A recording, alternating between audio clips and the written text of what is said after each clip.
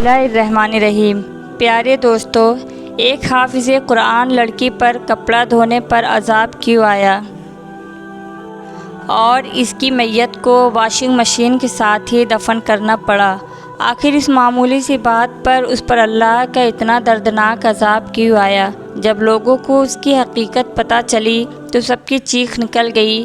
پیارے دوستو، یہ دل دہلا دینے والا واقعہ آخر تک ضرور سنیے، کیونکہ اکثر بہت سارے لوگ اس طرح کی غلطیاں کرتے ہیں جن کی وجہ سے ان کو سخت عذاب کا سامنا کرنا پڑ سکتا ہے۔ یہ واقعہ پاکستان کے چھوٹے سے گاؤں کے ایک علاقے میں پیش آیا۔ ایک عورت بہت ہی مشکل حالات سے زندگی گزار رہی تھی۔ اس کی ایک دیندار بیٹی تھی جس کا نام رابعہ تھا۔ رابعہ ماں کا ہاتھ بٹاتی تھی کیونکہ اس کے والد کا انتقال بچپن میں ہی ہو گیا تھا۔ پہلے حالات ٹھیک تھے، پھر والد کو دل کا دورہ پڑا جس کی وجہ سے رابعہ کی ماں بہت پریشان ہو گئی کہ گھر کا گزارا کیسے ہوگا۔ اس صورتحال میں رابعہ کی ماں نے لوگوں کے گھروں میں جا کر صفائی کا کام شروع کر دیا۔ رابعہ کی ماں کبھی بھی رابعہ کو اپنے ساتھ نہیں لے کر جاتی تھی، بلکہ اسے ایک مدرسے میں داخل کروا دیا تھا تاکہ وہ حافظ قرآن بن سکے، اور رابعہ بھی اپنی ماں کی خواہش کو پورا کرنے کے لیے مدرسے جایا کرتی تھی۔ جب رابعہ نے حفظ کر لیا تو وہ گھر پر ہی رہتی تھی، کیونکہ رابعہ کی ماں کے پاس اتنے پیسے نہیں تھے کہ وہ اپنی بیٹی کو اسکول کی تعلیم دلوا سکے۔ رابعہ کی ماں صبح سویرے لوگوں کے گھروں میں کام کرتی تھی، جبکہ رابعہ کو بولتی رہتی تھی کہ بس تم گھر میں ہی رہو اور مدرسے کی تعلیم پر دھیان دو۔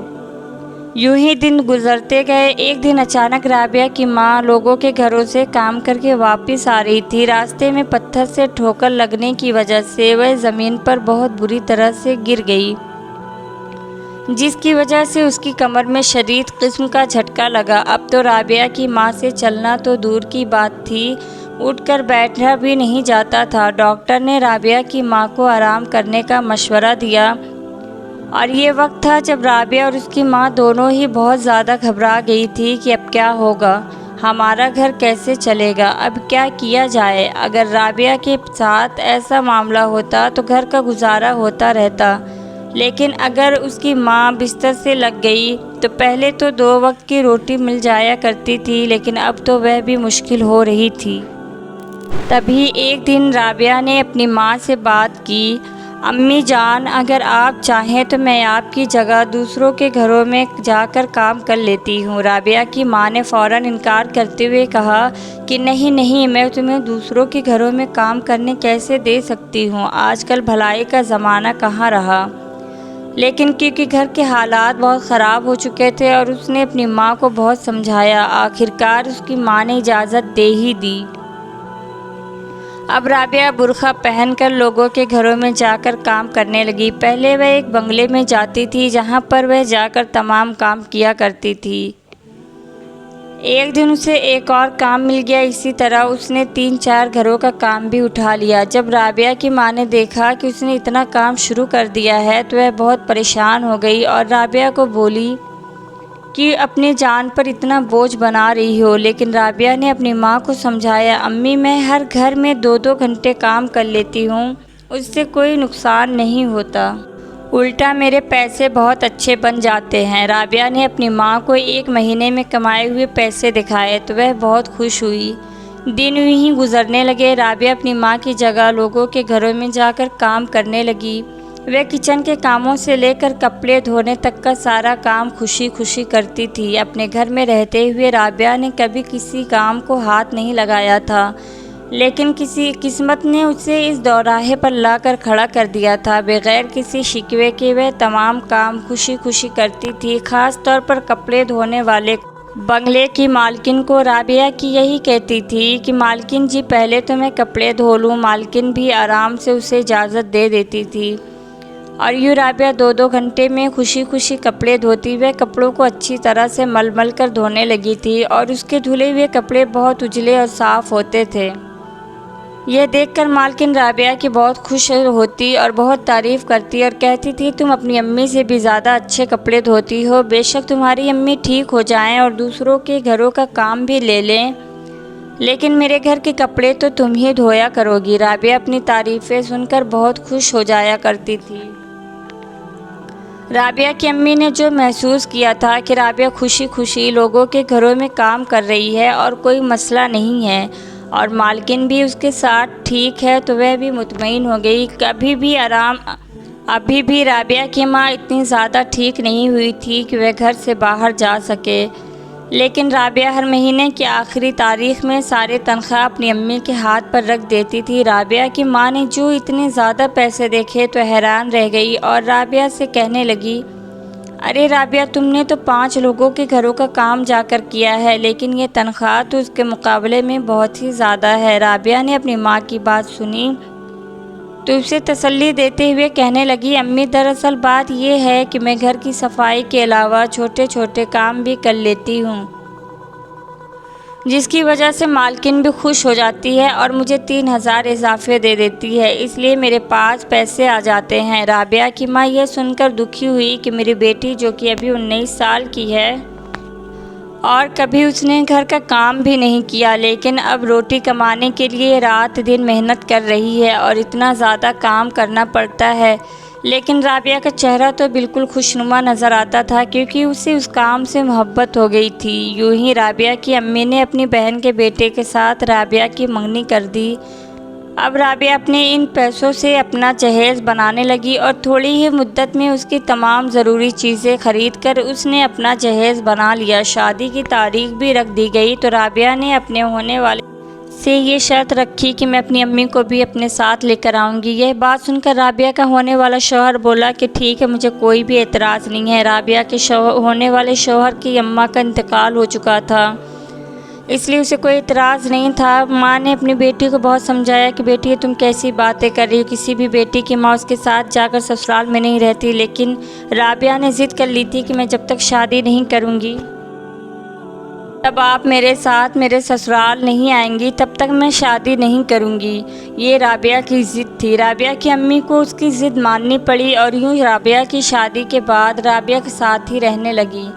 لیکن رابعہ کا شوہر پہلے تو اچھا کماتا تھا، وہ ڈرائیونگ کرتا تھا، اسی وجہ سے اس کے شوہر نے سختی سے اپنی بیوی کو منع کیا تھا کہ وہ لوگوں کے گھروں میں کام نہ کرے۔ میں خود کما کر تمہیں کھلاؤں گا، میری کمائی بھی اتنی ہے کہ تم آرام سے 3 وقت کی روٹی بیٹھ کر گھر میں کھا سکتی ہو۔ رابعہ بھی ضد کرنے لگی کہ نہیں، مجھے وہاں جا کر کام کرنا ہے ہی، لوگوں کی صفائی کر کے مجھے بالکل بھی برا نہیں لگتا کیونکہ وہاں کی مالکن بہت اچھی ہے، میرا بہت خیال رکھتی ہیں۔ لیکن اس کے شوہر نے اسے سختی سے منع کیا۔ جب رابعہ کہنے لگی کہ ٹھیک ہے، صفائی اور جھاڑو پوچھے کا کام نہیں کرتی، پر میں ایک گھر کے کپڑے ضرور دھوؤں گی کیونکہ وہاں کی مالکن کو میرے ہاتھ کے دھلے ہوئے کپڑے بہت پسند ہیں۔ یوں رابعہ کے شوہر نے اس کی ضد کے آگے ہار مان لی۔ اب رابعہ دوبارہ اسی بنگلے میں جا کر کام کرنے لگی۔ اس کے ہاتھ کے دھلے ہوئے کپڑے بہت زیادہ پسند تھے، لیکن پھر کچھ ایسا ہوا جس نے رابعہ کی پوری زندگی بدل دی کیونکہ کچھ ہی عرصے کے بعد رابعہ کے شوہر کا ایک بہت بڑا ایکسیڈنٹ ہو گیا اور وہ مکمل طور پر معذور ہو گیا۔ اب وہ اپنی نوکری پر بھی نہیں جا سکتا تھا، جس کی وجہ سے دوبارہ سے رابعہ کو سارے کام واپس کرنے پڑے۔ رابعہ کی ماں نے اسے کہا تھا کہ بیٹی، اپنے گھر پر ہی رہو اور اپنا گھر سنبھالو، اب میں بالکل ٹھیک ہو گئی ہوں، میں تمہاری جگہ پر صفائی کا کام کر لیتی ہوں۔ لیکن اس نے اپنی ماں کو سختی سے منع کیا اور کہنے لگی، اماں، پہلے کی بات اور تھی، اب آپ صفائی کا کام بالکل نہیں کر سکتی، اب آپ میری ذمہ داری ہیں اور میرے گھر پر رہتی ہیں۔ کچھ دنوں کے بعد رابعہ کو پتہ چلا کہ وہ ماں بننے والی ہے، تو رابعہ کی ماں نے پہلے تو رابعہ کو منع کر دیا کہ تم گھر پر آرام کرو۔ یوں رابعہ کی ماں دوبارہ سے کام کرنے لگی تھی، پر جیسے ہی مہینے کے آخر میں رابعہ کی ماں کو تنخواہ ملی تو اس کی ماں کی تنخواہ رابعہ کی تنخواہ کے مقابلے میں بہت ہی کم تھی۔ رابعہ کی ماں بھی چونک اٹھی کیونکہ اس نے بھی وہ سارے کام کیے تھے جو رابعہ کیا کرتی تھی، پھر پیسوں میں اتنا فرق کیوں پڑا؟ لیکن اگلے مہینے رابعہ نے فیصلہ کیا کہ وہ ایسی حالت میں بھی کام کرنے کے لیے جایا کرے گی۔ پھر ایسا ہی ہوا، رابعہ ایسی حالت میں بھی لوگوں کے گھروں میں کام کرنے لگی۔ چند ماہ کے بعد اس نے ایک بہت ہی پیارے سے بچے کو جنم دیا اور جیسے ہی وہ بچہ اس دنیا میں آیا تو اس کے آنے کے بعد رابعہ کے گھر والوں کے ایک اور آزمائش میں آ گرایا۔ رابعہ اپنے بچے کو چھوڑ کر کام پر چلی جاتی تھی۔ رابعہ کی ماں اپنے نواسے کو سنبھالتی تھی۔ جب اس کی ماں تھکی ہاری اس کی بیٹی گھر آتی تو رابعہ کی ماں اپنی بیٹی کی اس محنت پر کافی دکھی ہوتی تھی۔ میری بیٹی کتنی محنت کرتی ہے، اللہ کرے کہ اس کی قسمت کھل جائے اور اسے اتنی ملے کہ اسے یوں لوگوں کے گھروں میں کام نہ کرنا پڑے۔ رابعہ کی امی اسے دعائیں دیتی، لیکن شاید قدرت کو کچھ اور ہی قبول تھا، کیونکہ ایک روز اچانک ہی رابعہ کے گھر میں ایک چھوٹا بچہ دوڑتا ہوا آیا۔ اس نے رابعہ کی ماں اور اس کے شوہر کو یہ خبر دی کہ رابعہ کی موت ہو گئی ہے۔ یہ خبر سنتے ہی رابعہ کی ماں بے ہوش ہو گئی، جبکہ رابعہ کا شوہر تو صدمے سے دوچار ہو گیا تھا، اسے تو یقین ہی نہیں آ رہا تھا۔ کچھ ہی دیر میں رابعہ کی ماں کو ہوش آیا تو اس نے دیکھا کہ سامنے بہت زیادہ لوگ جمع تھے۔ اس کے گھر میں محلے والے آ چکے تھے۔ رابعہ کی ماں نے لوگوں سے کہا کہ بتا میری بیٹی کی میت کہاں ہے، میری بیٹی کو یہاں کیوں نہیں لایا گیا؟ رابعہ کی ماں کی باتیں سن کر ہر کوئی ایک دوسرے کا چہرہ دیکھنے لگا تھا۔ ہر کوئی استغفار کہہ رہا تھا اور یہی سوچ رہا تھا کہ آخر اس بیچاری ماں کو کیسے بتائے کہ اس کی بیٹی کے ساتھ کیا ہوا ہے، جب اتنی ہی دیر میں اس کے گھر کی مالکن بھی آ گئی، جس کے گھر میں رابعہ کام کرتی تھی اور جس کے گھر میں رابعہ کی موت واقع ہوئی تھی۔ اس نے آ کر فوراً رابعہ کی ماں کو بتایا کہ رابعہ کو واشنگ مشین سے کرنٹ لگنے کی وجہ سے اس کی موت ہوئی ہے، جس کی وجہ سے اس کی میت واشنگ مشین کے ساتھ بالکل چپک گئی ہے اور وہ اس سے الگ ہونے کا نام نہیں لے رہی ہے۔ یہ خبر سنی تو سب لوگوں کی رنگت پھیکی۔ ہر کوئی یہی سوچ رہا تھا کہ آخر ایسا کیسے ہو سکتا ہے۔ کسی کو بھی سمجھ نہیں آ رہی تھی کہ جب ایک برقعے والی عورت سامنے آئی اور اس نے سب کو چلا کر بتایا کہ لگتا ہے وہ لڑکی گنہگار تھی، تبھی تو اس کی میت ابھی تک واشنگ مشین کے ساتھ ہے۔ اس کی یہ بات سن کر رابعہ کی امی بھی تڑپ اٹھی کہ نہیں نہیں، میری بیٹی بالکل بھی گنہگار نہیں ہے، اس نے کوئی گناہ نہیں کیا، ارے وہ تو حافظ قرآن ہے، بھلا اس کے ساتھ یہ سب کچھ کیسے ہو سکتا ہے؟ ضرور کوئی نہ کوئی بات ہوگی۔ رابعہ کے شوہر نے بھی اپنی ساس کی ہاں میں ہاں ملائی کہ ہاں میری بیوی بے شک لوگوں کے گھروں میں کام ضرور کرتی تھی، لیکن وہ بالکل بھی بد کردار نہیں ہے اور نہ ہی گنہگار ہے جو اس کے ساتھ یہ سب کچھ ہوا ہے۔ اس طرح سبھی لوگ اس مالکن پر ہی شک کرنے لگے۔ ہر کوئی مالکن کو الزام لگا رہا تھا کہ لگتا ہے مالکن نے ہی رابعہ کو مروا دیا ہے، ضرور اس نے ہی اس کے ساتھ کیا ہے۔ یہ سب کچھ سننا تھا کہ وہ مالکن بہت زیادہ گھبرا گئی۔ اس نے سب کو کہا کہ نہیں، میں نے اس پر کوئی ظلم نہیں کیا، بلکہ میں تو اسے ہمیشہ یہی کہتی تھی کہ تمہارا کام بہت اچھا ہوتا ہے، اگر میں ظلم کرتی تو بھلا یہ اپنے شوہر کے منع کرنے کے باوجود بھی میرے پاس کام کرنے کیوں آتی تھی؟ شوہر اسے کام کرنے سے منع کرتا تھا، لیکن وہ ہمیشہ میرے پاس آ کر ہی کام کیا کرتی تھی۔ اگر میں اس پر ظلم کرتی تو بھلا وہ میرے پاس کیوں آتی، ضد کیوں کرتی؟ مالکن کی یہ بات بھی لوگوں کو سچ لگ رہی تھی۔ سبھی نے اس کی بات پر رضامندی کا اظہار کر دیا، وہ بالکل سچ کہہ رہی ہے۔ پر رابعہ کی امی ابھی بھی پریشان تھی۔ رابعہ کے شوہر کا بھی برا حال تھا، یہاں تک کہ رابعہ کی ڈیڈ باڈی کو واشنگ مشین سے الگ کرنے کی ہر ناکام کوشش کی گئی اور کوئی بھی اس میں کامیاب نہ ہو سکا۔ بالآخر رابعہ کی میت کو ایک ریڑھی پر واشنگ مشین کے ساتھ رکھ کر اس کے گھر پر لایا گیا، کیونکہ اس کی میت واشنگ مشین کے ساتھ بہت بری طرح سے چپکی ہوئی تھی۔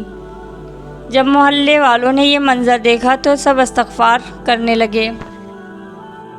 رابعہ کی ماں نے لوگوں سے پوچھنا شروع کر دیا کہ کیا رابعہ نے اپنی زندگی میں کوئی ایسا گناہ کیا ہے جس کی وجہ سے رابعہ کی یہ حالت ہے؟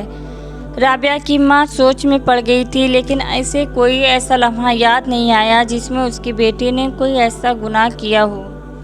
رابعہ کی ماں نے اس نہیں میں سر ہلا دیا کہ نہیں، میری بیٹی نے ایسا کوئی گناہ نہیں کیا ہے، اسے اتنی بڑی سزا ملے۔ اب ہر کوئی گہری سوچ میں گم ہو گیا تھا کہ آخر نتیجہ نکالا جائے۔ رابعہ کے شوہر بھی اپنا سر گھٹنوں میں دے بیٹھا تھا۔ سب لوگ چلے گئے، یہاں تک کہ مالکن نے اپنے گھر کا کپڑا دھونے والی جگہ کو بھی اچھے سے تفتیش کروا لی تھی، لیکن ایسا کوئی سراغ نہ مل سکا جس سے یہ پتہ چل سکے کہ آخر رابعہ کی موت کیسے ہوئی۔ رابعہ کی موت کو اب تقریباً 2 دن گزر چکے تھے اور وہی دن گزرنے کے بعد اس کے جسم سے بہت ہی گندی قسم کی بدبو آنے لگی تھی کہ لوگ بھی برداشت نہیں کر رہے تھے۔ سب کا یہی کہنا تھا کہ بہتر یہی ہے کہ اسے واشنگ مشین کے ساتھ ہی دفن کر دیا جائے، میت کو اس سے الگ ہونے کا انتظار نہ کیا جائے۔ رابعہ کی امی اب بہت زیادہ پریشان ہو گئی تھی۔ تھک ہار کر رابعہ کی ماں نے ایک آخری فیصلہ لیا اور اپنے داماد کے ساتھ گئی۔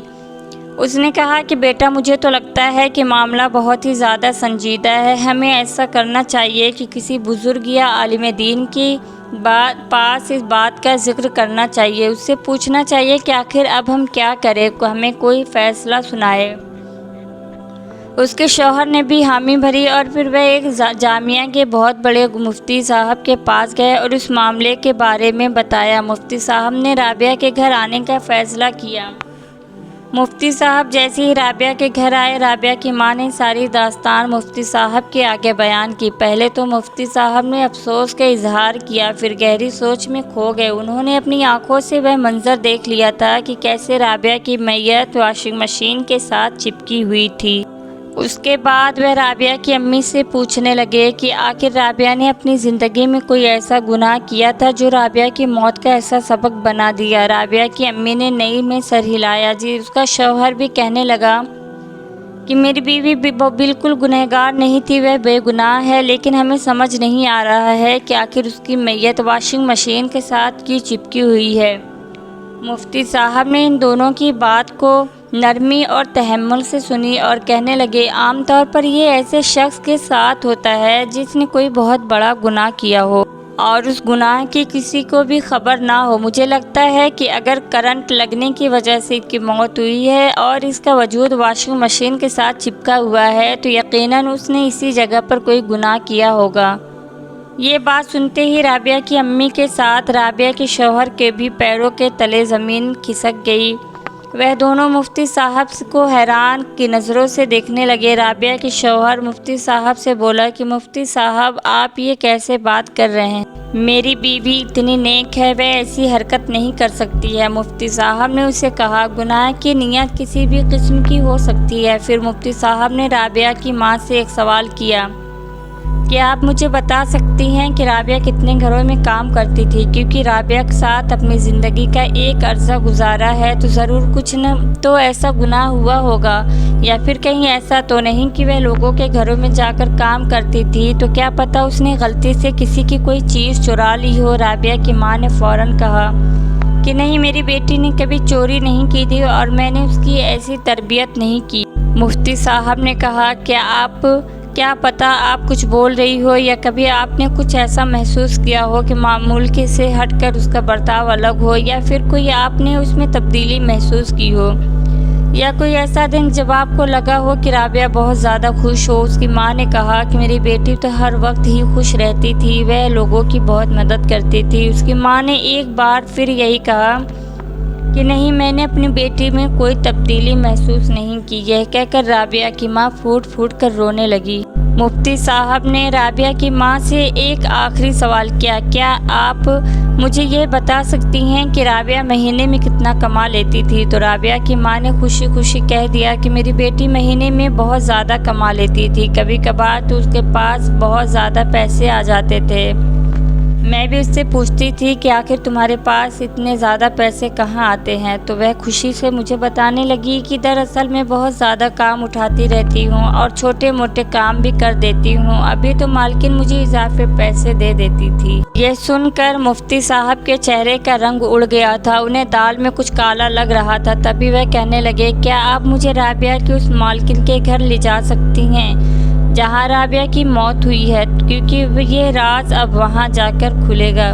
اس کے بعد رابعہ کی ماں مفتی صاحب کو لے کر اسی مالکن کے بنگلے پر چلی گئی۔ پہلے تو وہ عورت مفتی صاحب اور رابعہ کی ماں کو دیکھ کر بہت گھبرا گئی، لیکن پھر مفتی صاحب نے اسے یقین دلوایا کہ یہ دیکھو بی بی، یہ معاملہ بہت سنگین ہے اور یہ سب آپ کے گھر ہی میں ہوا ہے، ہو نہ ہو آپ اس بارے میں ضرور کچھ نہ کچھ تو جانتی ہیں۔ میں آپ سے یہی درخواست کروں گا کہ آپ کو جو کچھ بھی معلوم ہے یا آپ جو کچھ بھی اس معاملے کے مطابق جانتی ہیں، خدا کے لیے بتا دیجیے تاکہ اس کی بیٹی کو قبر کی مٹی نصیب ہو سکے۔ اس پر رابعہ کی مالکن نے ایک ٹھنڈی آہ بھری اور پھر مفتی صاحب اور رابعہ کی ماں کو سب کچھ بتا دیا۔ یہ کہنے لگی کہ جب رابعہ کی موت کا میں نے اس کے گھر پر آ کر بتایا